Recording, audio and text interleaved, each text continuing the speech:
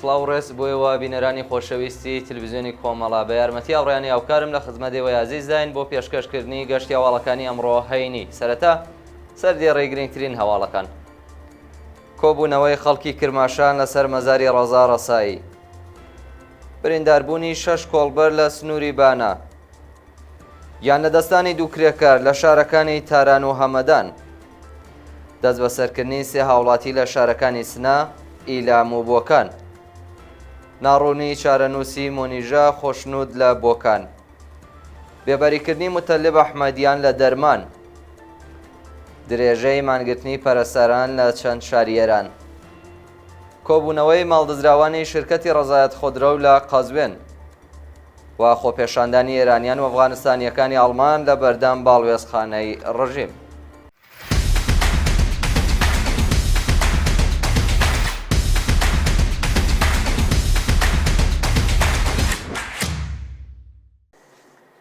درێژەی هەواڵەکان. کۆبوونەوەی خەڵکی کرماشان لەسەر مەزاری ڕەزا ڕەسایی. ڕۆژی پێنجشەممە 18 گەلاوێژ کۆمەڵێک لە هاوڵاتیانی خەڵکی شارەکانی سەحنە و کرماشان بە کۆبوونەوە لەسەر مەزاری ڕەزا ڕەسایی یادی و گیانبەخت کردووەیان بەرز ڕاگرت. ڕۆژی سێشەممە 16 گەلاوێژ ڕەزا ڕەسایی لە دەست بەسەرکراوانی شۆڕشی ژینا لە شاری سەحنە پاش پەروەندەسازی ناوەندە ئەمنیەتیەکان لەلایەن دادگای ئینقلابی کرماشان بە تۆمەتی کوشتنی نادر بەیرامی بەرپرسی ئیتلاعاتی سەحنە بە ئیعدام مەحکوم و ڕۆژی سێشەممە حکومەکەی بەنهێنی و بێ ئاگادارکردنەوەی بنەماڵەکەی جێبەجێکرا. برینداربوونی 6 کۆڵبەر لە سنووری بانە. ڕۆژی پێنجشەممە 18 گەلاوێژ 6 کۆڵبەر لە سنووری شاری بانە بە تەقەیەزەکانی ڕژیم بریندار بوون. بە پێی راپۆرتی کۆڵبەر نیۆز ڕۆژی ڕابردوو هێزە سەرکوتگەرەکانی کۆماری ئیسلامی لە سنووری هەنگەژاڵی بانە کۆمەڵێک کۆڵبەریان داوەتە بەر دەستڕژی گولە و لە ئەنجامی ئەو هێرشەدا 6 کۆڵبەر بریندار بوون کە ناسناوی دوو کەسیان بریتیە لە ڕزگار خەڵکانی خەڵکی سەردەشت و کەماڵ بە پاشناوی نادیارەوە. یان لە دەستانی دوو کرێکار لە شارەکانی تاران و هەمەدان. لە ڕۆژانی ڕابردوودا دوو کرێکاری خەڵکی شارەکانی سنە و گوندی ئەزلاسی ئەمەدان بەهۆی نەبوونی مەنی شوێنی کار گیانیان لەدەستاوە. بە پێی هەواڵی گەیشتوو کرێکارێکی خەڵکی گوندی سەرهۆیەی سەر بە شاری سنە بە ناوی بەختیار فەیزی لە کاتی کارکردن لە شارۆچکەی غەربی تاران بەهۆی نەبوونی مەنی شوێنی کار گیانی لەدەستاوە. لە لایەکی دیکەوە کرێکارێکی وەرزی خەڵکی گوندی ئەزلاسی سەر بە شاری هەمەدان لە کاتی کارکردن لە باخێکدا بەهۆی ئاگرکەوتنەوە سوتاوە و پاش چەند کاتژمێر گیانی لەدەستاوە. دەست بەسەرکردنی سێ هاوڵاتی لە شارەکانی سنا، ئیلام و بۆکان.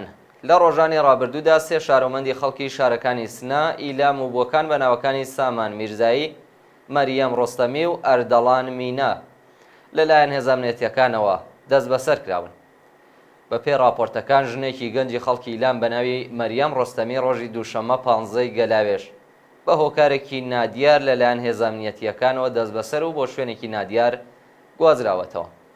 لە هەواڵێکی دیکەدا ڕۆژی پێنجشەممە کرێکارێکی خەڵکی گوندی سەرهۆیەی سەر بە ناوچەی کەڵاتەرزانی سنا بە ناوی سامان میرزایی لەلایەن هێزەکانی حکوومەتەوە بە شێوەیەکی وەحشیانە و بە توند و تیژیەوە دەست بەسەر کراوە. هەروەها ڕۆژی چوارشەمەش شارۆمەندێکی خەڵکی بۆکان بە ناوی ئەردەڵان مینا بەبێ بەڵگەی قەزایی لەلایەن ئیدارەی ئیتلاعاتی و شارەوە ڕفێنراوە و زانیاریەک لەسەر شارەنووسی لەبەردەستانی. ناڕوونی چارەنووسی مۆنیژە خۆشنود لە بۆکان. سەرێڕای تێپەڕبوونی 8 ڕۆژ بەسەر کاتی دەست بەسەرکرانی مۆنیژە خۆشنود تەمان 56 ساڵ لەلایەن ئیدارەی ئیتلاعاتی بۆکانەوە تا ئێستاش چارەنووسی بە ناڕوونی ماوەتەوە.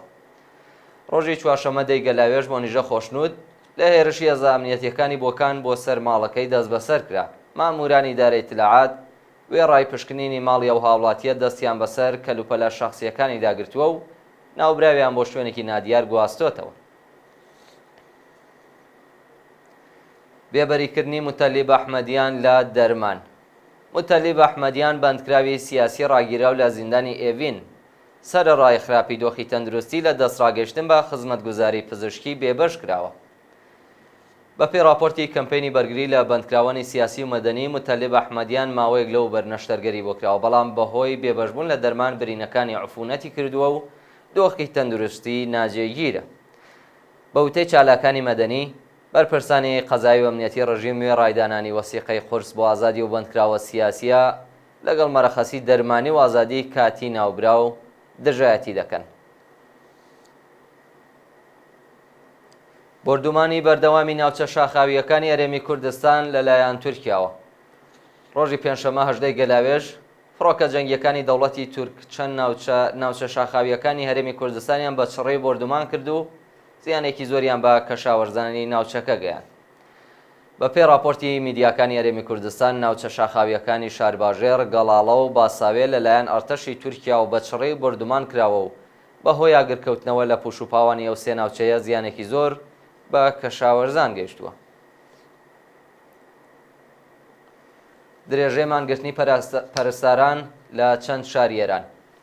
ڕۆژی پێنجشەممە 18 گەلاوێژ پەرستارانی نەخۆشخانەکانی شیراز، کەرەج و بەندەر عەباس بۆ چەندەهەمین ڕۆژی بەردەوام لە ناڕەزایەتی بە دۆخی خراپی پیشەیی و مەعیشەتی درێژیان بە مانگرتندا.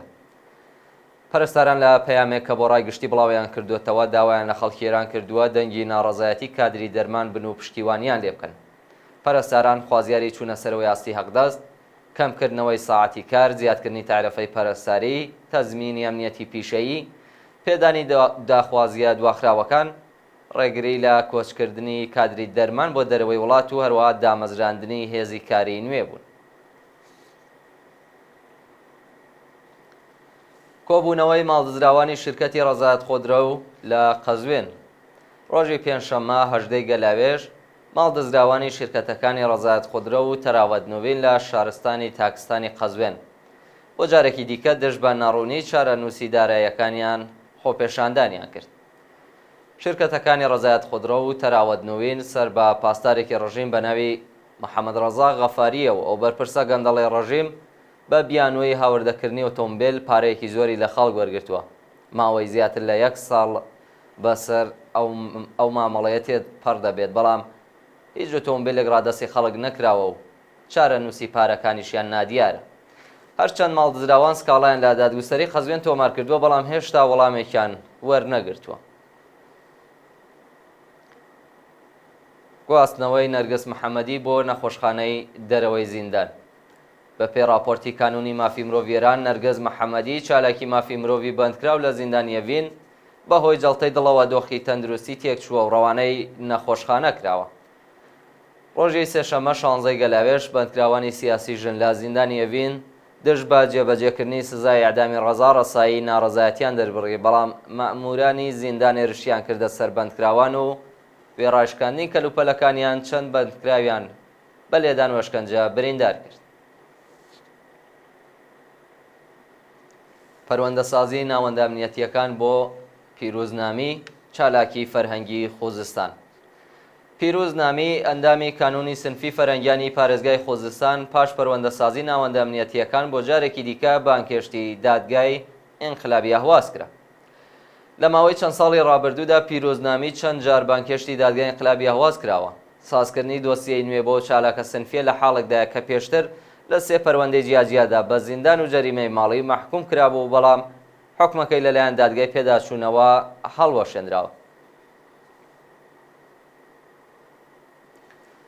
ئەگەری لە سێدارەدانی نۆبەندکراوی سیاسی لە زیندانی ئەهواز. پاش لە سێدارەدانی ڕەزا ڕەسایی و چوونە سەرەوەی ڕێژەی ئەعدامەکان لە ئێران، نیگەرانیەکان سەبارەت بە ئەگەری لە سێدارەدانی 8 بەندکراوی سیاسی ڕاگیرا و لە زیندانی شەیبانی ئەهواز زیادی کردووە. ناسناوی ئەو 8 بەندکراوە سیاسیە بریتیە لە عەباس دەریس، مجاهید کورکور، عەلی مەجدەم، معین خەنفەری، سالم موسەوی، محەممەد ڕەزا مەجدەم، عەدنان موسەوی و حەبیب دەریس. شایانی باسەکە ناوەندەکانی مافی مرۆڤ سەبارەت بە ئەگەری لە سێدارەدانی و 8 بەندکراوە سیاسیە هۆشداریان بە دەستگای قەزایی کۆماری ئیسلامی داوە. و دوایین هەواڵمان سەبارەتە بە خۆپێشاندانی ئێرانیان و ئەفغانستانیەکانی ئاڵمان لە بەردەم باڵوێزخانەی ڕژیم. پاش بڵاوبوونەوەی ڤیدیۆی هەڵسوکەوتی وەحشیانەی هێزە ئینتیزامیەکانی ڕژیم لەگەڵ مێرمنداڵێکی ئەفغانستانی لە تاران، کۆمەڵێک لە چالاکانی سیاسی ئێرانی و ئەفغانستانی دانیشتووی وڵاتی ئاڵمان لە بەردەم باڵوێزخانەی کۆماری ئیسلامی خۆپێشاندانیان کرد. لەو کورتە فیلمەی کە لە تۆڕە کۆمەڵایەتیەکان بڵاوکراوەتەوە، مامورێکی ڕژیم بە شێوەیەکی وەحشیانە پێی لەسەر ملی منداڵێکی تەمەەن 15 ساڵی ئەفغانستانی ناوە و هەوڵی دەست بە سەرکرانیەدات. کاتێک بنەماڵەی و گەنجە لە ئازاری ڕۆڵەکان ناڕەزایەتی دەرەبڕن، هێزەکانی ڕژیم بێڕێزیان پێ دەکەن. بڵاوبوونەوەی ئەو ڤیدیۆیە کاردانەوەی زۆری بە دوای خۆی داهێنا و ڕۆژی ڕابردوو کۆمەڵێک لە ئێرانیان و ئەفغانستانیانی دانیشتووی ئاڵمان لە بەردەم باڵێزخانەی ڕژیم لە وڵاتە کۆبوونەوە و دروشمەکانی ئێران و ئەفغانستان گۆڕستانی فاشیستان لە کابولەوە تا تاران، مەرگ بۆ تالیبان، دادپەروەری و کەرامەت، ئەو پەڕی سنوور و میلەت، کۆماری ئیسلامی، ئیمارەتی فاشیستی و مەرگ بۆ کۆماری ئیسلامیان بەرز کردەوە. بەڵێ بینەرانی خۆشەویست، گەشتی هەواڵەکانی ئەمڕۆتان پێشکەش کرا. زۆر سپاس کە لەگەڵمان بوون. کات و ساتێکی خۆش بۆ هەموو لای.